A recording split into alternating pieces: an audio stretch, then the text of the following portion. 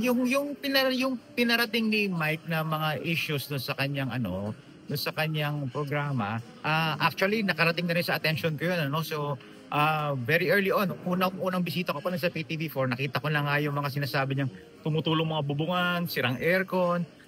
Totoo yun. Kaya nung nag-testify ako sa Congress to present and defend our budget, mga 3 weeks ago pa, naimungkahi na natin sa Kongreso na kailangan talaga ng pondo ng PTV4 para ma-rehabilitate yung PTV4, no?